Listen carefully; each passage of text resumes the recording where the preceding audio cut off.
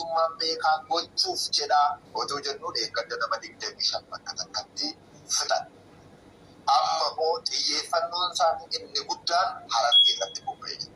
Harargee irratti amma kana booda uummanni Harargee Sumaaleen karaa taajjeessaa, milishaan karaa ajjeesti, kaabineen karaa ishee ajjeesti. Wanta uummata keenya Harargee irratti ta'uuf deemu waliin arguuf dura dhaabbachuu qabdan.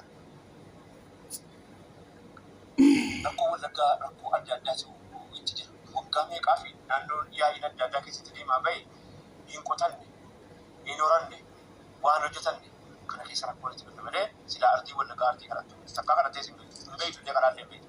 Sababni kadhaa wallaaluu jira haalli akka jedhin gargaaramu. Kadhachuu wallaaluu jiraati. Kadhaan beekamu. Naannoo kanaa rakkoon ga'e jedhanii gargaaraman beekanii. Kanaaf uummanni keenya naannoo wallaggaa dhiyaa wallaggaa keessa jiru. Duuteefaa waan itti qabu. Kanaafuma maaliin nutti kuelaasaa tariinuu kun abaarsa qabna fakkaata. Akkaataan olaallee yaadni nuun fakkaata. Rabbiinuu kennee furmaata. Waan nun tollee duraan kaa'e. Kanaafuma maaliin nutti kuelaasaa tariinuu kun abaarsa qabna fakkaata. Akkaataan. Assalamu alaikum warahmatullahi wabarakatuh. Ashama harkafuune akkam jirtanii fayyaa keessanii. Egaa akkuma beektanii miidiyaa irrattis argaa jirtu jennee yaannaa uummata keenya. Uummanni keenyi garaagaraa karaa isaatiin rakkina guddaa keessa jira.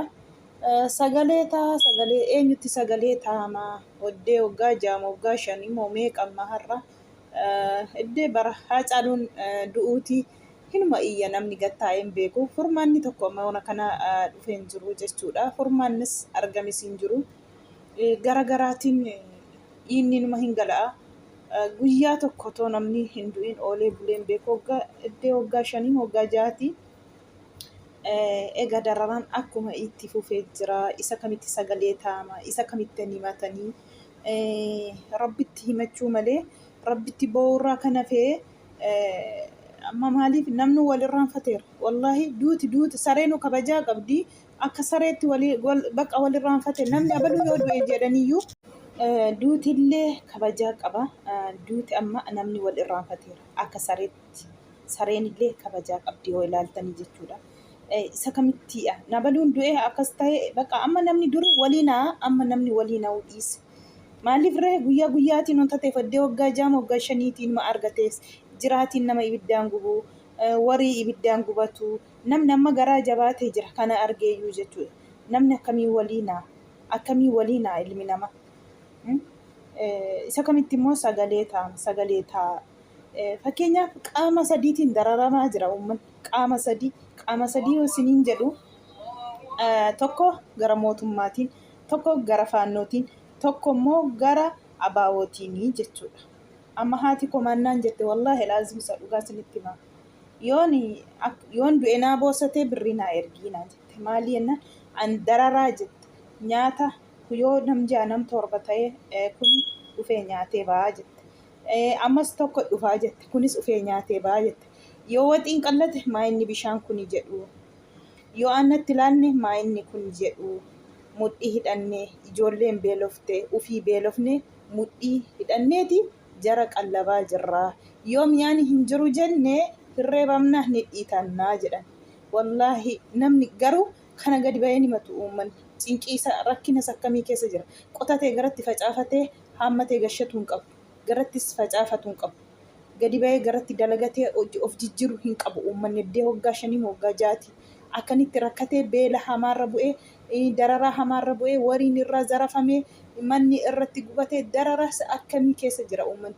Garuu immoo eessa kamitti iyyannaa isa kamitti owaatee isa kamitti immoo uummataa birmatu. Rabbi bichaan haa birmatu malee namni isaanii birmatee waa furmaata argataniiti furmaanni dhufaa miti. Garuu rabbi biraa rabbiin furmaata haa fiduu fi wallahi an uummataa jechuudha. Uummataaf rabbi furmaata haa fidu. Rabbi bichaatu furmaata fida malee namni furmaata fidu waan godhuun qabu namni ilmi namaa jechuudha. Kanaafuu mangistiin uummataaf furmaata fiduu hin dandeenye jechuudha. akkuma argitan egaa asiliitu iyyaa jira. Asilii isa bahu argee wallaahi baay'ee tokko gara na nyaate.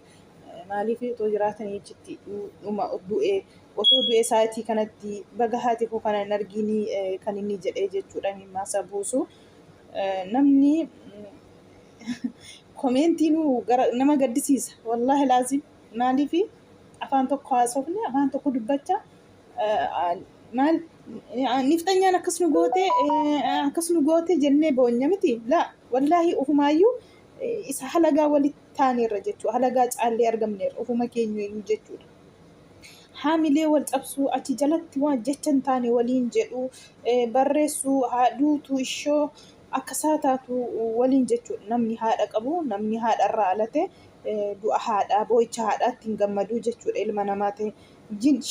Yoo sheexaanoo taate malee ilmi namaa haadharraa alate abbaarraa alate yoo qeensa nagaa ta'e yoo balballi isaa nagaa ta'e iyyuu baga akkas taate jechuu miti. Alhamdulillah an godhamu hin qabamu hundaafiyyuu rabbiin isaaniif haa birmatu. Amma nama komachuu miti otoo walii naamee bareedaadha. Baga akkas taanii miti. Iddoo tokkotti har'a wallaggi yoo dhume wallagga bichaatti hin dhaabatu. Inuma darbanni darbeetis jechi sanyii duguuggaadha malee wallagga bichaa irratti miti kan dhaabatu.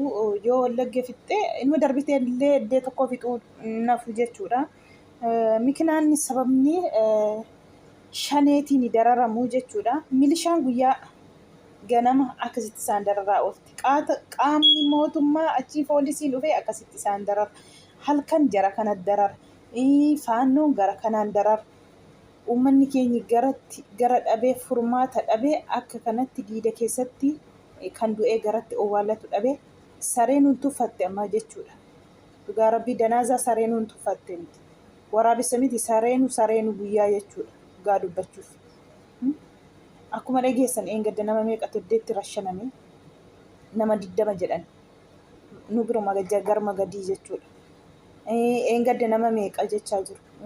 Kan biraan manni irratti gubatamee waan qaban mana keessa zarafanii fudhanii akkamitti bu'aa jirti haati keenya haati goota akkasitti boossii jechuudha. Rabbiin isaaniif haa birmatu. Nuti waan goon hin qabnu kan ittis boonyu hin qabnu rabbi tokkichatti boonya. Otoo furmaanni dhufee qaata dhufe furmaanni dhufaa hin jiru amma waan kana furmaanni tokkos hin argamne. Rabbiin immoo hin danda'a ol nurraatii haa qabu. Barri kun darbee yeroon kun darbee abbaan lubbuu irratti guyyaa tokko seenaa odeessa. Inshaallah guyyaa kun hin darbiti jennee yaadna. Inni boo'es akka boo'etti nafuu inni kolfes immoo akka kolfetti nafuu jechuudha. Addunyaan dawaaradha jechuudha. Inni kaleessa ammaaree nyaatu, inni kaleessa mana fooqii keessa galu, inni kaleessa makiinaa gaariitiin deemu, inni kaleessa xiyyaaraa gaariitiin deemu har'a han nyaatu dhabee han dhuguu dhabee mimmaansaa karaarra ciisee hin galaasaa jechuudha. Maaliif isiniin jedhee kanaaf naanna'ee dhufa jechuu kooti. Akkasuma jechuudha. Dhugaa rabbi bakka iddoo dhaabatee tokkotti nafu. Namni soorome tokko ni yoomu jechuu miti. Namni hiyyoom immoo hin sooromu jechuu miti. Kanaafuu homaa miti. Guyyaatti nama laata jennee abdii qabna. Inshaallah guyyaan kunis hin darbiti jennee abdii qabna. Kan du'e kan guyyaan immoo hin geenye hafee akka seenaa odeessu guyyaa tokkoof rabbi nama akkasiin haa taasisu inshaallah. Hin darbiti guyyaan kun hundumaafiyyuu homaa miti. Wallahi baay'ee tokko laphee namaa cabsaa jechuudha. Uummanni irra jiru nama gaddisiisa. Qabeenya isaa dhabee lubbuu isaa dhabee hundayyuu dhabee jechuudha. Qabeenya abboon lubbuu isaayyuu lubbuu ijoollee isaayyuu dhabeeti.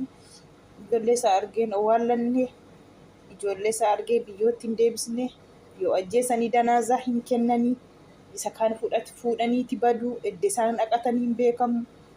Isa kaan akka shunkurtiitti kutuu jechuudha. Wallaahi akka shunkurtiitti takka qawweetiin si rukutanii sin biraa deemuu xuruudha. Wallaahi eddee sin ajjeesanii ka'aniiti lubbuu du'aatti taphatu jechuudha. Nam tokko eddee rukutamee ka'ee waa gochuu danda'a waa gochuu hin danda'u. Du'ee jira rukutame jechuudha. Isa rukutame harka kutanii jilbatti illee luka kutaniiti akkanatti taphatu jechuudha. Miidiyaan qabu miidiyaan isaanii gadi hin baasu. Miidiyaan qaban silallee homaa miti inshaallah guyyaa tokko nama darbitii abbaan lubbuu dheeratee fi aangoo nuun qabnu rabbiin isaaniif haa birmatu. Rabbiin keessa galee furmaata tokko haa fidu. Rabbiin immoo qiyamaa gadi nutti jedhe kanallee ol nurra haa qabu. Dallansuu rabbiitiin illee argaa jirtu caraqaan akka ta'aa jira. Rabbiin kana hundaa dallansuu isaatii dhiiga garmalee hin gala'u. Dhiiga akka bishaanii bakka argetti ilmi namaa gizee jiraatiin ibiddaan gubatu.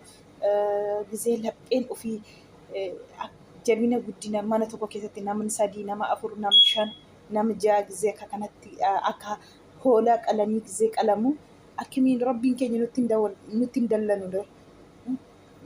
Dhiiga lafa guute dhiiga miskiinaatu iyyataa jira bara wallahi. Mee rabbiin Itoophiyaatti kana wallahi laazim rabbiin dallansuu isaatiin balaatiin meeshee fixe daangaa darbee dhiiga miskiinaatu daangaa darbe. Waa tokko hin beekne gadi ba'ee dalagachuurraa nafee waa tokko hin beekne kan siyaasa keessa hin beekne fayyuma mana taa'ee akkasitti dhiigni isaa gajjigu. Rabbiin immoo akkamiin hin dallanullee dallana malee wallahi. Kanaafuu inshaallah rabbii isaaniif haa birmatu. Nuti kan itti iyyannus hin qabnu rabbii bichaatti iyyanna. Rabbiin furmaata nu haa fidu. Ga'ee jedheellee nurra haa dhaabu inshaallah. Rabbiin qiyamaa gadi nutti dhiyaate ol nurraa haa qabu. Mokorsoo kanallee rabbiin nurraa haa fageessu. Ga'ee jedhee nurra haa dhaabu hin danda'a. Inni nuuf haa birmatu. Haadha keenyaaf rabbiin haa birmatu. Rabbiin isaan haa qaqqabu bakka isaan jiranitti. Aangoo nus hin qabnu hanjannus hin qabnu. Miidiyaatti iyyannu miidiyaan keenya rabbii bichaa miidiyaan kan rabbiiti malee akkas sagalee ta'a akkas godhaa akkas ta'a wanti sagalee ta'an hin jiran. Too furmaanni dhufatee har'a waggaan tokkoyyuu guddaadha. Too furmaanni dhufatee jechuudha. Dubbachuuf habaa'oo jedhan gizee tokko na gaddisiisanaati. Amaarri daangaa cabsee dhufeeti ilmaan Oromoo iddeetti mormarraa ciraa jira jechuudha. Mee habaa'oon daangaa cabsee daangaa isa kam keessa dhaqeeti inni gumaa deebisateeru. As deebee haadha Oromoo dararuu as deebanii nyaata fidaa jedhanii haadha Oromoo cunqursuu haadha Oromoo reebuu waan hin taane hojjechuudha. Dhugaa rabbii wallaahi laazimsa dhugaan sinitti hima wallaahi. Waan qabatamaan jiru maatiin koo keessa jiran sinitti himaa jira wallaahi laazim. Achi daangaa darbeen beeku qeemarra taa'ee maatii haadha Oromoo boosisuu malee jechuudha. Waan daangaa tokko darbee diina boosisee hin qabu jechuudha amma har'a. Waan daangaa tokko akkuma isheen daangaa cabsitee daangaa keenya cabsitee wallaga keessa lixxee akkasitti uummata cafacaftee qabeenyaa kana ganda meeqa har'a wallaahi nama gaddisiisa dhugaa rabbii dubbachuuf wallaahi laazim.